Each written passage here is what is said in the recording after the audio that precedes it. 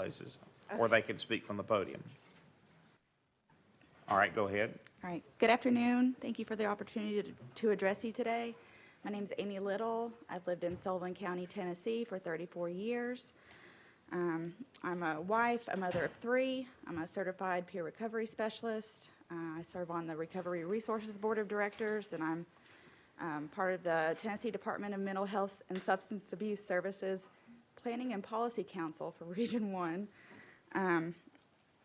Working with the Sullivan County Anti-Drug Coalition, I helped launch a pilot program providing case management and peer recovery services to folks who are incarcerated in the Sullivan County Jail. I'm also a volunteer grant writer, and so most recently I wrote a successful grant for the Sullivan County Sheriff's pretrial release program. And I'm also permanently ineligible to vote in the state of Tennessee for an offense I committed as a teenager. I've never voted, and unless the law changes or I move away from my home state, I never will. And so, to me, it sends the message that no matter how I've grown or how I work to better my community, I'm forever unworthy to be represented or to have a voice in my own governance. I'm sorry. That rejection is something that you carry with you. It's a feeling of otherness, and at one time the stigma that I encountered, trying to find work, and that feeling, it fueled depression and substance use, and the policy of disenfranchisement alienates the people that we should be trying to reintegrate, making it counterproductive to public safety. Connection is how we mitigate crime. That's how people and communities recover, by bringing folks back into the light. When we're connected, we're accountable. We want to be redeemed in the eyes of others. Civic participation helps us feel invested in our communities and gets our buy-in on this social contract that we're expected to abide by. Punishment alone doesn't restore or offer a path to redemption, and redemption should be a possibility for all. And that's why Tennessee needs a restoration process that's streamlined and fair, and I think this bill achieves that. So I hope that as you consider it, you'll keep me in mind and others like me in your own districts. Thank you. Thank you. My name is Blair Bowie. I'm Senior Legal Counsel at Campaign Legal Center. Thank you, Chair Rudd and the committee for having me today. Over 450,000 Tennesseans are unable to vote under the current law. More than 80%, 365,000 of those people have finished their entire sentences, including probation and parole, meaning that in 40 other states, they would already be able to vote. But in Tennessee, less than 1% of that post-sentence population has been able to get their voting rights restored. One major reason for this is that Tennessee is one of only 6 states that conditions the right to vote on the payment of legal debts. This bill would put an end to that. And let me be clear, this bill does not impact a person's legal obligation to pay restitution, court costs, or even child support. It simply decouples those debts from the right to vote. And the reason for that is because under the current law, a rich person and a poor person could be convicted of exactly the same crime, given exactly the same sentence, but the poor person would be disenfranchised indefinitely, while the rich person could simply buy their right to vote back. That's not how democracy is supposed to work. Whether or not we can vote should not be determined by the size of our bank accounts. There's no evidence that withholding a person's right to vote leads to more people paying back restitution or other legal debts. On the other hand, studies do clearly show that restoration of the right to vote improves reentry results. A person who successfully reenters is more likely to have the economic ability to pay back their legal debts, improving outcomes both for victims and people with past convictions. The other reason why 99% of Tennesseans who have finished their sentences still cannot vote is the redundant bureaucratic requirement that a person obtain a certificate of restoration. The certificate is unnecessary. 47 states and the District of Columbia have figured out how to verify their citizens' eligibility after a felony without a certificate. Why can't Tennessee? Only 2 other states have a certificate requirement like this, Wyoming and Alabama, and both actually have far superior systems to Tennessee. Here, it can be extremely difficult to find an officer willing to complete the certificate, and the certificates that do get filled out aren't always accurate. In fact, 8% of certificates submitted are ultimately rejected because the applicant is not actually eligible. Ms. Pamela Moses, standing at the podium right now, was recently sentenced to 6 years and 1 day in state prison because a probation officer negligently made an error on her certificate. It's already the job of elections official to independently verify that every person on the voter rolls is eligible to be there, and I think we can agree that that's how it should be, and that's true under both state and federal law. The certificate does nothing except waste taxpayer money and stand as a barrier to the ballot box. So I encourage you to pass HB 0561 to decouple legal debts from the right to vote and eliminate unnecessary certificates of restoration. Thank you. Greetings from Shelby County. My name is P. Moses. I'm a graduate of the University of Tennessee at Knoxville. During my graduation, former Governor Bill Haslam spoke of the success of his brother, who owned the pilot gas stations that you now know as Flying J. 3 months after I graduated from UT, I was sent to prison for domestic crimes I committed while suffering from postpartum depression. These were my first convictions, but as a felony, Judge Leibowitz saw me as a troubled person with an ineffective lawyer. She sent me straight to prison. I was never given judicial diversion or able to have the matter expunged. That was in 2000. Consequently, the felony stayed on my record forever because this is the law in Tennessee. I managed to stay out of trouble and avoid homelessness because my parents provided me with a home, but I was never able to have gainful employment or seek nice housing because of the references blemished on my criminal record. I moved back to Memphis to create music and realized that the music business was as political as the lawmaking here in Nashville. I struggled so much that I became a social justice activist for life. My political beliefs have caused me to be persecuted because I pointed out everything wrong in Memphis. That was a big mistake. I became a target due to my criticism of corrupt public officials. Despite my innocence, I was held on a $500,000 bond and falsely imprisoned for comments on Facebook. I was accused of stalking a judge. My unexpunged crimes as a teenager like her allowed the DA to paint me as a dangerous person. I can't tell you every detail of my life, but I can tell you my brother is not the governor, and my family doesn't have any billionaires. When I reflected on Governor Haslam's speech during my inauguration, he said, we, the class of 2000 at UT, could be anything we wanted to be. But I now know he wasn't talking about me or people like me. 12 years, the Flying J president received 12 years in prison. And I'm only mentioning this to you, body that doesn't look anything like me, that I want to show a parallel between socioeconomics and race is something that we must look at. The state of Tennessee treats disadvantaged people very differently, and the process is very complicated for an educated person like myself. No one in this state should be prosecuted for a flawed process.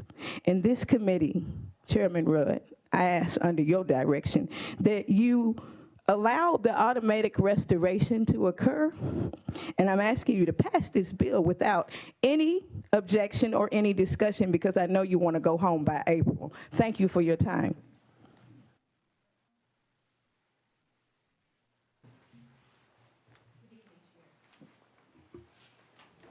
Good evening. My name is Keita Haynes, and I just want to thank you for having this opportunity to speak before you.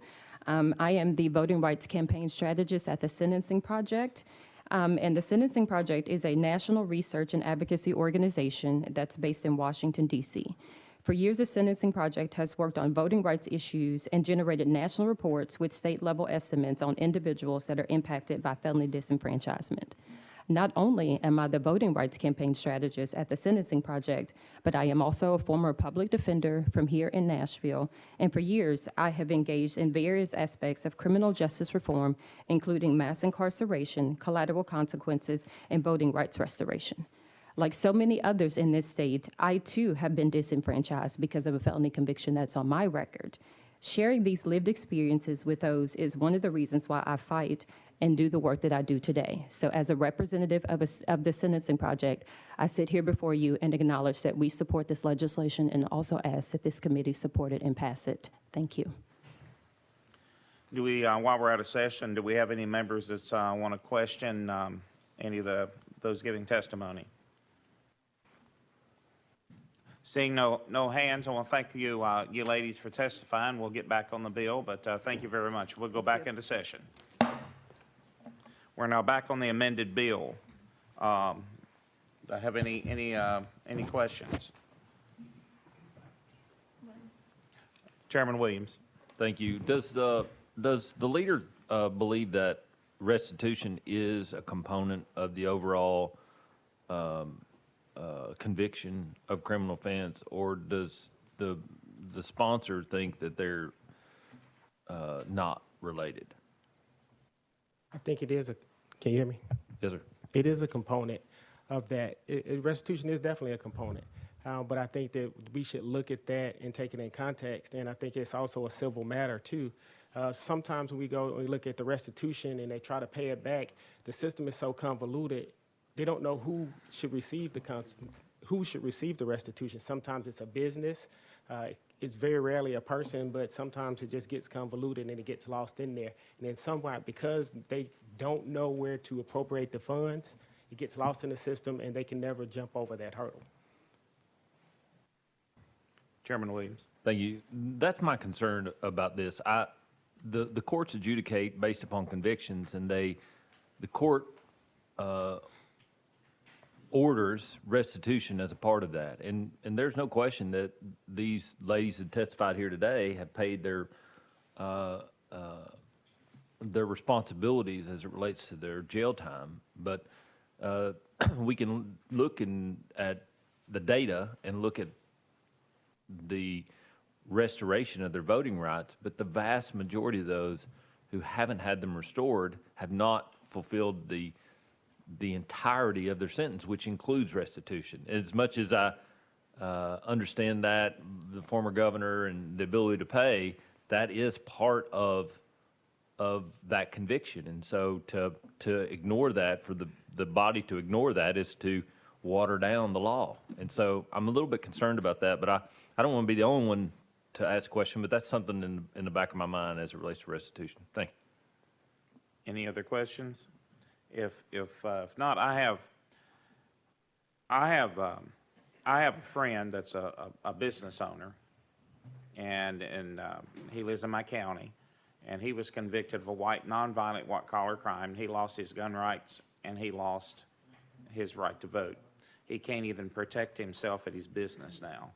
So I've always felt that if you've committed a crime and you've paid your dues and you've been paroled and you've been released and you've met all the court fines and restoration, you should be granted your rights back.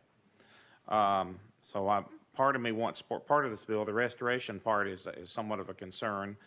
Also, I had a question you might be able to answer, or maybe you could get an answer, is over the years we have made certain offenses, whether they be a violent child molestation or a rape or something, we have made certain offenses carry harsher punishments than other felony crimes.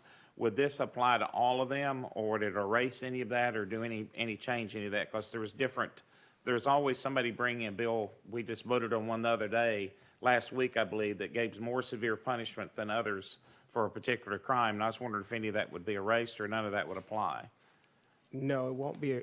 It won't be erased. Actually, right now, if you go to the Elections Division website, and you'll see there are certain stuff that's in statute right now that if you are convicted of any of those crimes, you're never eligible for them. And those are murder, rape, treason, felony bribery, misconduct involving a public official, interference with government operations, sexual offenses, violent sexual offenses that involve that are felonies where the victim was a minor, and voter fraud.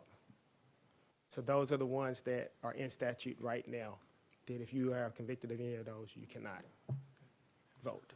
You will never be eligible to vote for those. And in addition to what's going on, and I showed you the flow chart, it also depends on when you were when you were convicted. If you were convicted before 1973, there's a different statute for it. If you're convicted between 73 and 81, there's a different. If you were convicted after 2006.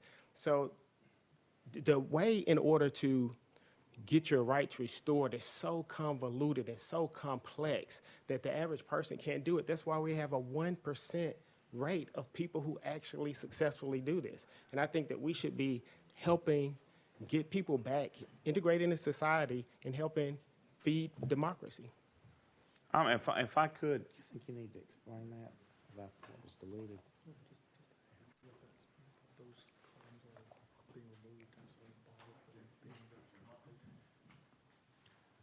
All right, if I asked the legal a question, then he answered me back, and I'm not a lawyer, so it's always hard to me to understand a lawyer.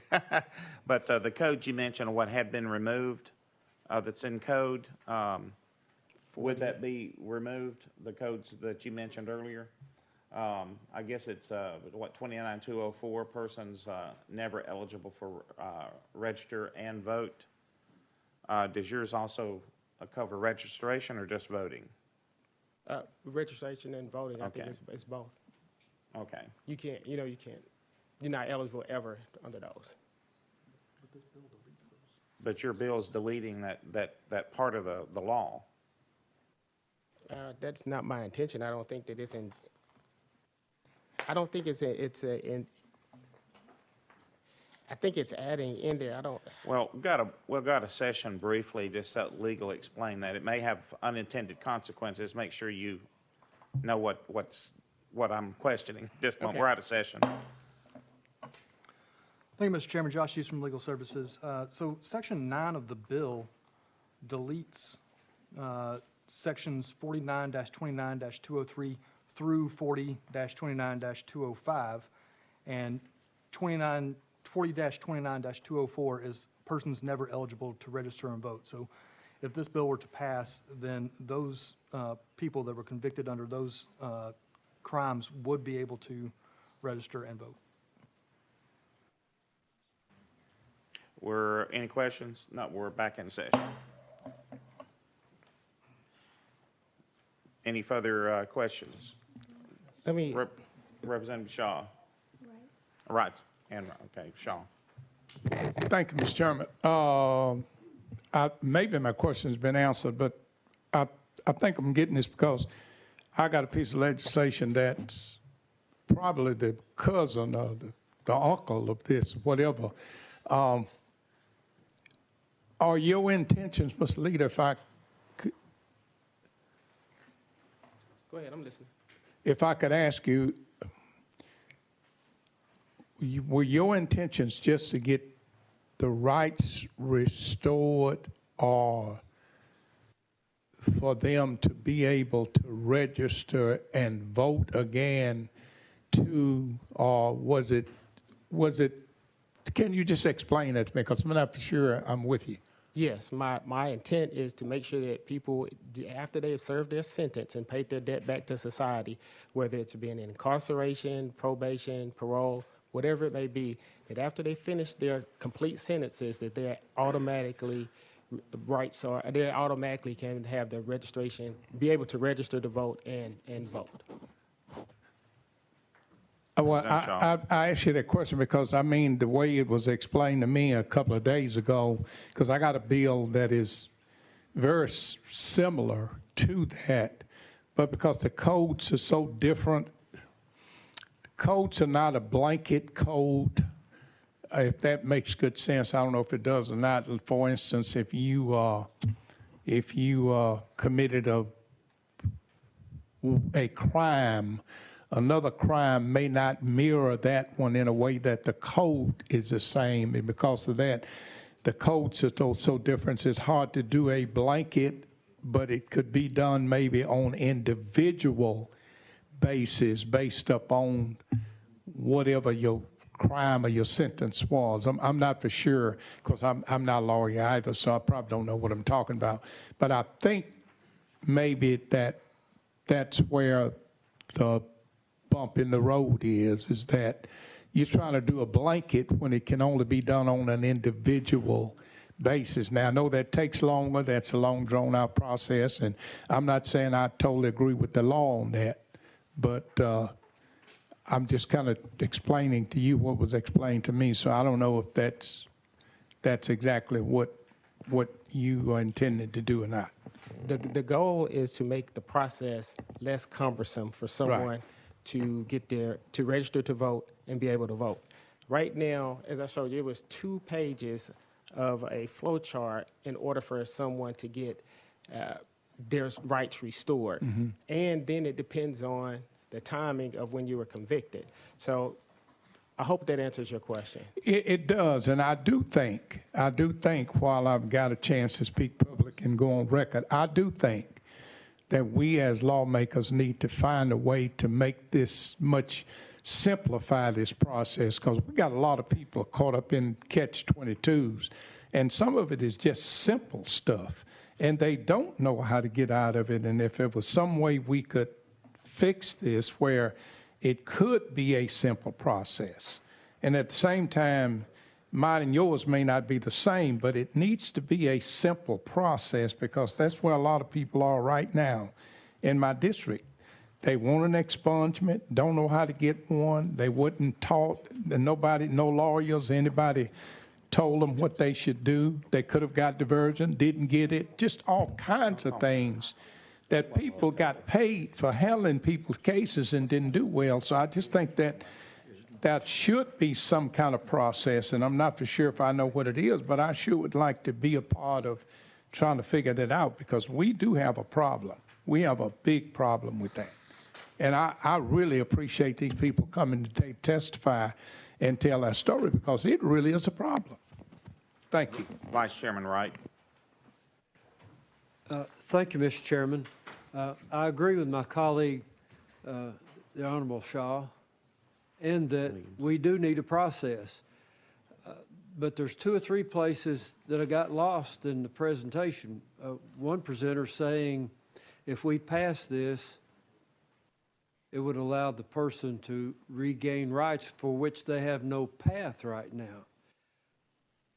I agree I think there should be a pathway for restoration of voting rights. But then it's brought to us by legal that there are certain, and we just passed one maybe in the last week, that would withhold voting rights for a lifetime. This process of being restored needs to be simplified. This being lost in the system, that's unacceptable. So what I think is I see too many bullet points in this bill for it to be then passed, I'm speaking only for myself, for it to be passed with some people thinking this is an end-all, cure-all, when it can't be. We need maybe we need a study, maybe we need several individual bills so we can thrash out just one point at a time. But as we have before us, I think, a big bill, there are too many questions in it for me. And I appreciate your presentation. Thank you. If not, I'll go on the next question, or, okay, we'll Representative Love. Thank you, Mr. Chairman. And I believe one of the presenters made this statement, and the sponsor can answer this question as well. This legislation does not absolve the person from their obligations financially, correct? No. Is it your belief that if a person is given the right to vote, and I heard one of the presenters speak to this point, that even their spirits lifted and they may find themselves more willing to engage the process, and there's no connection between people being withheld the right to vote and restitution, correct? Correct. Like in Florida, there's been studies that have shown that people they had an automatic restoration bill that passed, I think, a couple of years ago, And what it has shown that people who have engaged in the process, the recidivism rate has dropped and it decreased dramatically. And so I think that there is a correlation between voting and being a productive citizen and having the ability to take part in society. Thank you, Mr. Chairman. Thank you, Ms. Sponsor. Chairman Crawford. Thank you, Mr. Chairman. And sponsor, there's a lot of questions about this bill, and there's no question that we need to make some adjustments and fix a few things in the law. But there, you know, with the untimely filed amendment and trying to chase it down through the regular bill, what it changes and what it don't, I mean, you haven't given us enough time to figure that out. So I would ask you if you would be willing to roll it a week so we can dig into it. But that's your decision. You can or you can't. Doesn't matter. I'm trying to follow it and can't do it. I appreciate your candidness. I don't mind rolling it a week because I do have I didn't see that code that you got from legal, and that was not my intention. That would give me time to fix it, and also that would give me some time to hopefully work with you and address any issues that you may have, and that we can try to actually do something that really works, at least start the framework of something that really works and that helps Tennesseans get back and being a part of being a productive society. You had one more, Chairman Crawford, and then we got one more question. When you said that, that just jogged my memory. Why don't would you be willing to send it to summer study and let us study it over the summer? I'd be willing to roll it 1 week to see what we can cover. Thank you. Chairman Williams. Thank you. Thank you. I was going to make a similar suggestion, mainly because you seemed surprised when legal gave you the information about all the ability to get restored rights.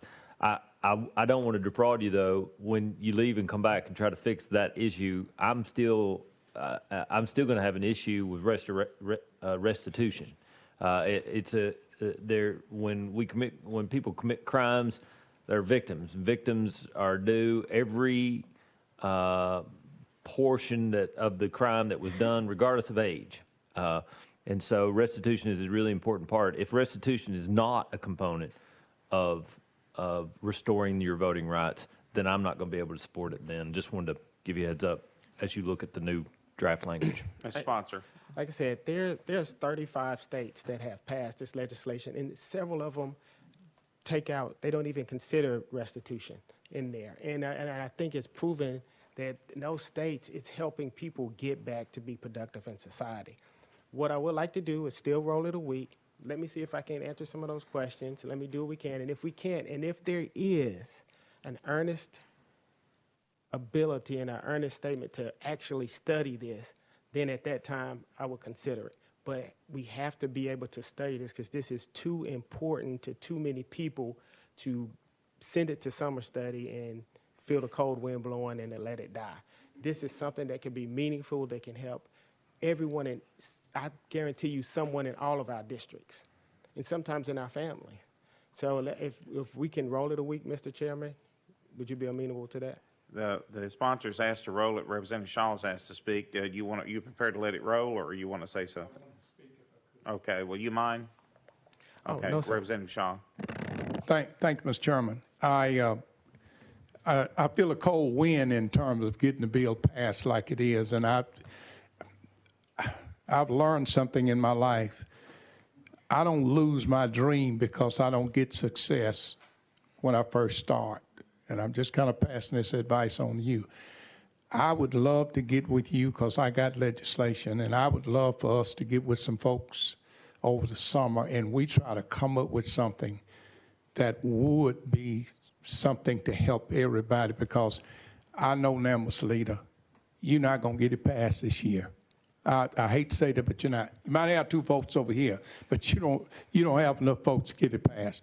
I'm begging you, let's get together and do something this year You are right. That's a problem. That's a problem. In my district, your district, and every district up here has got the same problem. But we know the minds are set of some people. So let's get some attorneys, let's get some people together, and let's come up with some legislation that'll work to help these poor people who are in this predicament and shouldn't be. And I think if we do it right, it'll help a lot more people than trying to get a quick fix and don't get nothing done. I'm begging you. I'm publicly begging you to let's do that, because I like what you're doing and I want to help fix it, because I got the same problem. Representative Shaw, you never have to beg me for anything, but I do take your advice and your leadership under counsel, and I do appreciate you taking the time to speak with me and really be earnest about it. But at the end of the day, I really don't mind. This is a big bite to chew. It is a big bite to chew, and I totally understand that. But are we willing? Do we have the appetite for what we're getting ready to put in our mouth? I know you do. But unfortunately, you're not in control of the summer study. And that's not to be taken at light. If we can commit to literally doing this, I will have no problem with doing that. We have one more member of the committee that's on the list to make a comment, Chairman Hosklaw. And then we can. Thank you, Chairman Committee. And I do agree. There's so many issues here. I mean, the concept's great, and I think with my counterparts that something does need to be done, and we want to fix that and correct that, but there's way too many issues. I think we need to look at that flow chart. We need to simplify it, make it easy so they can go in. One or two things are either register to vote or not. Make it very simple. So, you know, I'm of the Colwyn feeling too. I think we need to really summer study this thing. So with that, that's my recommendation, Mr. Chairman. Thank you. Can I respond before you make the motion? I mean, or after you make the motion, can I respond? Whatever the parliamentary. Can I do it before you make the motion? Was that a motion? Do I hear a second? Sponsor, you want to? Just wanted to make a comment. Again, I'm okay with sending it to summer study if I have a commitment from each of you that you send me your questions. You take the time to look at this bill, really digest it, look at what it does, and we have a commitment that in summer study this will actually be studied, and we can come with some real solutions and file some legislation that actually gets this done. Well, you have my word that if this is sent to summer study with the vote we're about to take, I will personally go to the speaker and ask for a real summer study to be conducted, because this is a serious but a very complicated thing. Like I said, there's several issues where there's some felonies that are more severe than others. There might get resistance on addressing those. We need to check about the code, see if it's damaging anything else, and how to implement this. Who's going to review it? It could be partisan parole board that takes it up. I don't know. But we do have a motion and a second on the floor to send this to summer study. All those in favor say aye. Aye. Opposed, nay. It is approved to go to summer